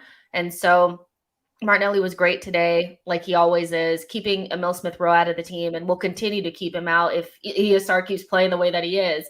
So I'm going to give Martinelli, just like Odegaard, a 7. Got kind of corralled in the second half, but I think that was more just due to them making changes and us not being able to capitalize on them having. I mean, if they have 2 people on Martinelli, somebody's open, but we can't seem to capitalize because our midfielders can't move from midfield. They can't get into the box. Our striker doesn't get into the box. So there you go. But Martinelli was quite good. Souls? Yeah, no, I think he added another dimension. Well, I say another dimension, but we've seen a bit more consistency in his change of pace, because he was literally terrorizing their defense. And the issue is, because Lacazette wasn't there, all Martinelli could do is try and shoot. Even when you wanted to cross the ball, you had no options to cross to. So what he did was a shot cross and just try and like tempt the keeper into making a mistake. Kind of like what Masuaku did to Mendy in the West Ham Chelsea game, where he kind of crossed it. Mendy wasn't prepared, and it went in. And I think Martinelli was just like, well, Lacazette's all the way back there. I can't cross backwards, so I may as well just try and take a shot from the corner. And he was the only beaming light other than Odegaard that we've really had. And I think he's since his return, should we say, he's been a phenomenal player. And the reason why I was patient with his return, and why I said to people, just be patient, like there is work being done with him. And even when you look at the quotations from Martinelli himself, when you look at what Arteta had to say, when you look at even what Mertesacker was saying about him as well, that we are doing individual training. He's coming in earlier, he's staying behind after training to work on aspects of his game. And I think they're coming together. His dribbling has immensely improved. The way he presses the ball is immensely improved. He's become a more intelligent player, in my opinion. And I think that's why people rate him. And he's no longer that, banter player that people said, the only thing that's made his career is Kante. Like, come on now. Like, I know he sat him on his ass, but that's not the only thing he ever did. And he's becoming his own player, and he's a hungry player. And he's going to have a really good season for us, and obviously even longer than that. He was phenomenal today. I think a 7 between him and Odegaard. I can't really split the two, because Martinelli's more exciting on the eyes, and obviously he did all all the stuff that makes us excited, got us off our chairs. Like, there wasn't really a lot to that was doing that. Whereas with Odegaard was kind of keeping the team ticking. But when your opposition manager, especially after sort of, let's say, the bumping of heads that Arsenal and Liverpool have had over the past few weeks, and even when we played and the Arteta Klopp thing happened, for him to compliment a play even after that is, it shows how good the player really must be for you to mention them. So yeah, that's all I've got to say on him. I think a 7, phenomenal performance, and he's becoming one of the best players that we've got right now. Quick word on Martinelli, Harry. Yeah, brilliant. Best player on the pitch for us tonight. I think had we had improvements in other areas, i.e., an improved Lacazette tonight or an improved central midfield performance, I think he would have had more chances. Imagine if we had a strong centre forward who could hold the ball well up, someone who Martinelli can hit and play 1-2s off, or someone that, what Harry Kane does when he gets the ball on the halfway line, takes the touch, plays the ball to Son over the top, or puts someone in. I think had we had that tonight, Martinelli could have found himself on the score sheet. I think he's improved tremendously in so many areas. His dribbling, his approach play, his understanding of the game, his link-up play.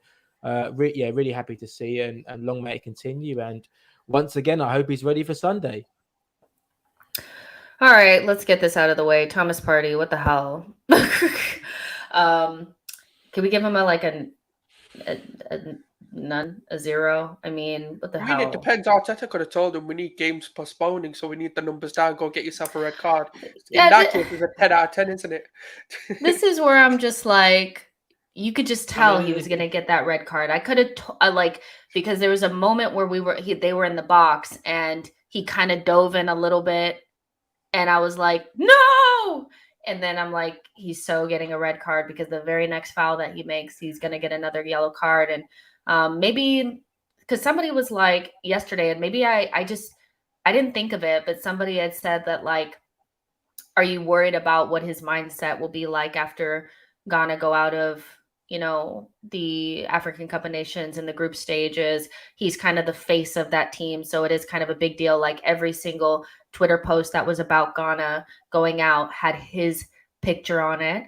And so he had just gotten in 7 hours prior. And then he was meant to come into a game in a difficult situation, and probably had heavy jet lag from flying to Africa is very difficult, as I understand it, so I do blame Arteta for that. I can't lie. I do think that if there was one player that shouldn't have played today, it should have been Thomas Partey, because we needed him against Burnley and we were clearly going to lose. There was nothing Thomas Partey was really going to do, in my opinion, that was going to change the game that much, because we were already kind of just out of it. And sometimes Arteta, I think, just when we have more than one competition to play, and I think he makes the wrong decisions in terms of when to play certain people, when to rest people, when not to, when to go for it. And now we don't have Thomas Partey for Burnley, and if we lose that match, then we go into a international break in the shitter, so he kind of put himself in a really difficult position, by doing that. But Thomas Partey was dumb, but he was also probably tired. And so it is what it is. I'm not going to give him a 0. I'm going to give him a 2. But damn, I am going to count how many games Xhaka and Thomas Partey have missed this season, because it's been a ton. Quick words on Thomas Partey. So I've got many thoughts on this. So at 1-0 down, whilst we were dominated for most of the game, we're still in that game.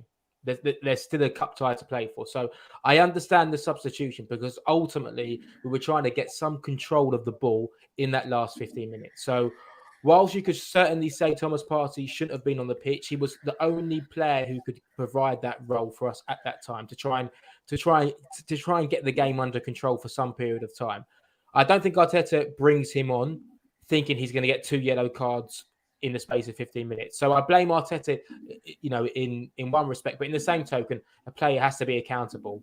Of course, you can say he shouldn't have put himself in that position and he's tired and whatnot. Then I also look at the referee. Now, I know this might seem a little bit crazy, but refs don't have to book every single foul. You can just give a player a warning. The first foul is a bad foul. It doesn't have to be a booking, though. You can just put a player to the side, give him a stern word, almost appreciate the circumstances. Sometimes either player's frustrated, he loses the ball, he tries to win it back, he doesn't win it back. You can just say, hey, that's your first one, no more.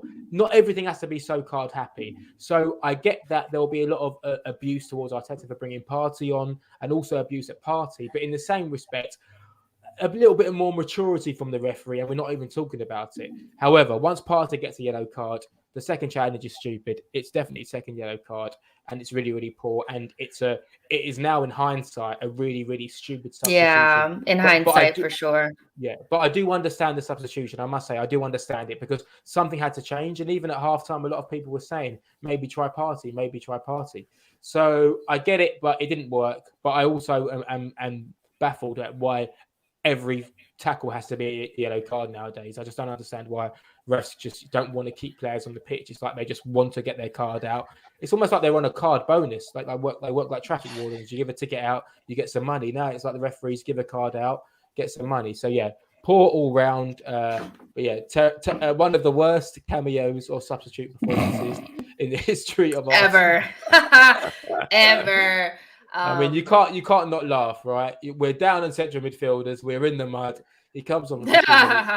All Partey does is give away the ball, and then he gets sent off. It's like, what are you doing, mate? What are you doing? Yo, it couldn't get any worse. I do want to move on, because we've been doing this for a while. I do want to kind of just move on to Arteta and get our things for that. Do you just want to give a quick rating, Souls, for Thomas Partey? Yeah, I'll give it. I mean, I'm not going to add anything because there's nothing to add. I'll just give him a 0. Actually, all right, a 0 for the cameo, but with context rating, I'd give him like a 3. All right, so Arteta, here we go. So, I think we have to have a deeper conversation on another day about what we think about Arteta in terms of cups, and what his actual, like, his ability is to rotate the team properly. He's basically, during this FA Cup / Carabao Cup run, really just, we haven't won a single game. And I can compartmentalize that from the league as long as we make sure that we finish in the European places. But now he has nothing to fall back on. And this kind of just throws me back into Villarreal again, where it's kind of like, we just don't, I think we should have been in more finals and gotten further. I mean, his FA Cup beyond the one that he won showing has been terrible. And so I don't know where Arteta begins and where it becomes the players and circumstances, but I do feel like there's a little bit of something there where he doesn't have enough options, so he doesn't make the right decisions. Thomas Partey was the wrong decision. I get where everybody's coming from, and it's in hindsight. But now, if there was, I guess, yeah, I think Thomas Partey was the wrong decision. But, I mean, can you really help that he didn't have a midfield? You love Xhaka, but, like, we get why Xhaka's there.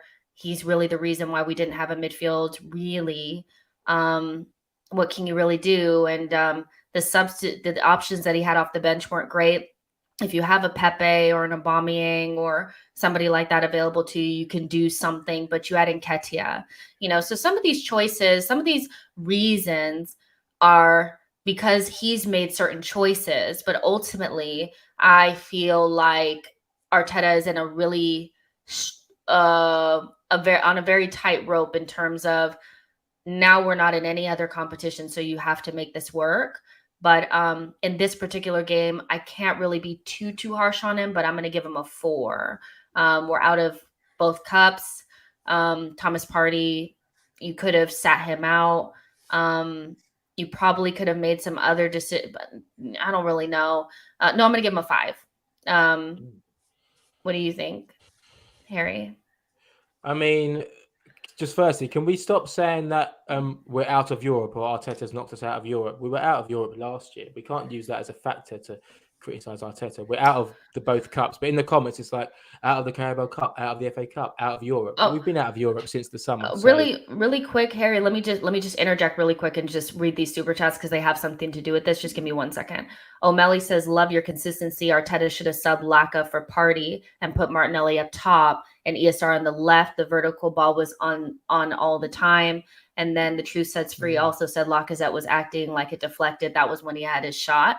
Do you think that those were options that he could have taken that would have changed the game? Putting Martinelli up top instead of bringing in Nketiah and putting ESR on the left. He seems very apprehensive to put Martinelli up top, but if you had one chance that was going to fall to the foot of a striker, would you have rather it have been Martinelli or Nketiah? You know? Yeah, exactly. You would rather Martinelli. And because we never had control of the game, I felt like Eddie Nketiah was never going to affect the game because we weren't playing to his strengths, which is, creating loads of chances and getting the ball in the box. Whereas with Martinelli, you've got this spontaneous, aggressive pressing forward who can create something out of nothing. And then sometimes a chance pops up. So, yeah, I'll be honest with you. I mean, listen, you know how much of a fan of Arteta I am. I'd probably say a 2 out of 10 today. I feel like we've seen a million times that the single pivot doesn't work. Against Liverpool in a midfield three, a compact midfield three with lots of experience, it's never going to work. I'm not a fan of 3-4-3 or of a back five, but I think it's something that we should have considered for this leg, especially considering the lack of personnel. I think it's really clear with Arteta when he's got his players available. We see a consistent style of play. We see very similar types of goals. We see similar chances created. We see these solid performances playing out from the back.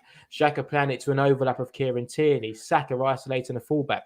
We see these things because there's a plan in place and there's a structure. But that structure comes from personnel. And when you take those things out, I feel like it's a little bit of free flow. We just go on there and see how you get on and express yourself. And I just don't. I feel like when you quote the Villarreal game, I think he made a bemusing substitution in that game where he took off Aubameyang for Nketiah, or he made. And I'm like, it's a cup tie. We're going out if we don't score, so we need to go for the fucking goal. So for me, I would have started the game off more cautiously because I would have appreciated that Liverpool have a stronger team than us, and we don't have our players available who help us play. I probably would have went 3-4-3 again. I would have utilised Rob Holding in some sort of way to make us a little bit more resolute at the back. And then with 20 minutes ago, I would have went for the jugular and I would have switched it up. I would have got Martinelli in the middle. I would have tried to change things. I know we didn't have a lot of options, but we had more. We had more to try. And it just felt that it was a little bit safe and a little bit, okay, let's see what happens. We're still in the game.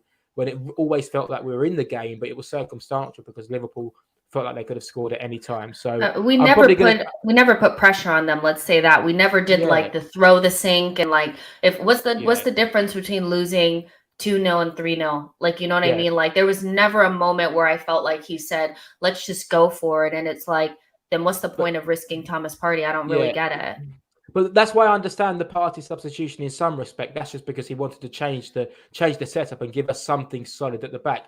Should it have been Thomas Partey? No, but he was the only person that could do that role, which is why I understand it. But yeah, once those things happen, I would like for him to do something. Sometimes you see a manager make like a triple substitution or something happens and everyone gets sparks. And we didn't really have that. And I looked at Arteta a few times during the game and he almost looked a little bit like, we're not at the races tonight. This is not going to happen. And it fizzled out. So, yeah, I'm going to say a 2 out of 10 for Arteta tonight. Souls, what do you think? I think we're being harsh on him. I think given the circumstances and players that were available to him, he did the best he could in terms of setting the team up. Now, obviously, it's up to the team to go and, play the game. And they weren't up for the races. And, yes, that's partly a management thing and, to motivate your players. But what motivation do you really need? Like, look at your first leg performance, the work that you put in. Like, why are you throwing that away? That's kind of the question I ask of players as well. You work tremendously hard to keep it to 0-0, given the circumstances, given the fact that Xhaka got a red card, and it's like Ben White having a defensive masterclass, and Saka playing the way that he did, etc. And then you turn up like this. It becomes a point of it's difficult because some people say that's a management problem, some will say that that's a player problem. Now it kind of just depends on what fence you sit on. But for me, it's the Partey substitution, even in hindsight, I'd still play him. Because at the end of the day, you got to look at the situation of the game. You got to look at who you have available to you. Yes, he's just come off a flight. He's just come back from Ghana or Africa, wherever he's obviously flown from.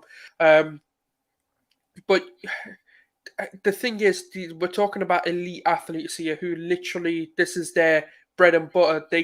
He can play 20 minutes. It was just, I don't know whether he was mentally just not prepared or whether there was I don't know what it was. There was a moment of madness from him, really, that got the red card, which was no fault of Arteta. Like, no one predicted Partey to come on and just get a red card. But yeah, no, I think there were moments he could have done better. There were things, for example, the Martinelli going into strike. He could have maybe changed it to a 3 once he went 1-0 down. He could have done a Tavares and bought a player off at halftime. I mean, that was an option. He could have went to a 3. He could have brought Tavares on. He could have played wing back. Like, there were things that he could have done that he didn't try. He really stayed quite safe. But I get what you're saying. Like, it's like he didn't have a lot of options, but he didn't have a lot of options in terms of personnel, but he had some things that he could have shifted in game, maybe to make us more solid. Like, there's just things that I felt like he could have done. But I get what you're saying. How many times have we seen a single pivot fail? We know right now it doesn't work. We know it could work. I think every time we played it, we failed. Yeah, exactly. I think almost every single time. Yep. Yeah. So that's why I'm saying, well, okay, Arteta, you are clearly a very intelligent coach who analyzes the game very, very well. And you would know that every time you've tried the system, it hasn't worked. So what are the chances of it working against Liverpool? So for me, I'm just like, well, and also, like, we know when the puzzle is perfect, when the settings are perfect, we know we're on it. And we also know that when they're not, that's when we struggle. So why are you trying the same thing? Why not just say, well, right, let's try it this way. Let's go 3-4-3. Let's make sure we're hard to beat, resilient, be compact. Make sure we're overloaded in the middle. Make sure we've got wing backs to try to push Trent back a little bit, or to make sure we can combat them attacking. Instead, we didn't have any control of the ball, and Trent was having a field day. So I just feel like kind of like the FA Cup when we actually won it. Like, we were humble enough to go into some sort of shape that would allow us to stay in the game. And that's just when we're playing like Manchester City, when we played them at home, we had our best team, our perfect team, and we were able to go man for man with them, and it was fine. But when we're playing against those two teams, and you could probably even add Chelsea in there if they're playing well, we have to, if we don't have our perfect team in perfect settings, we have to make modifications, and you have to look at it. We cannot play a single pivot against these teams ever, like, especially when we don't have Thomas Partey or Xhaka. Like, it's really weird that he hasn't made those changes, but that's definitely something that has cost us in these cups, and where we've given him a lot of, when a young and inexperienced manager can win the FA Cup so early. There's been a lot of other cups that we've been in since then where it's been like, bro, like, we could do a little bit better in these. I want to read out these super chats too. Rapstar, thank you so much for your super chat. Says, I think both teams were bad. We, LFC, didn't control the game at all. I'm certain Matip was carrying a knock that game. Arsenal started okay, in my opinion. Martinelli was good for the first 20 minutes. Down the Gunners, love to see it. Fair enough. Mark Hines says, Aston Villa looks a lot more, I think, fluid under Gerrard. He has had them in less time than Arteta has had this team. Arsenal have improved, though. Yeah, but again, they said that about Crystal Palace. They said that about Everton last season. Every new manager that comes in, when we do bad, they start saying that they look so much better than we do. Aston Villa hasn't won. They've won 4 in their last 11 under Steven Gerrard. So they're not actually doing that well. I hear what you're saying, but like when Arteta first came in, we were playing really, really good football, and we hit a wall because we couldn't do it without the players that we need. So, I mean, it is what it is. Like, this is where we kind of are. And like, I'm interested to see how the transfer window goes, because I would expect something. It's Thursday now. Friday is usually when we get like some pop-in news. And I would expect something besides Matt Turner, the goalkeeper, to be the biggest news tomorrow. Like, I need to hear something, a breakthrough or something. I need to see Ornstein with, letting us know that we got somebody coming. Like, I need some good news. Like, we're out here dry as hell. Like, our phone is dry. Like, I need some news. Like, it's really getting like, like, Yeah, so we're getting a little bit desperate. We're getting a little bit desperate. A little bit Yeah, for desperate. sure. And yeah, it's just, I don't know. We just had a really bad day and we just have to move on from it. But we're going to end it there. It's been a really, really long one. Thank you guys so much for being along for the ride. Like the video, subscribe to the channel. Souls, Harry, thank you so much for being here with me. We will see you guys on the next one. And yeah, up the Gunners.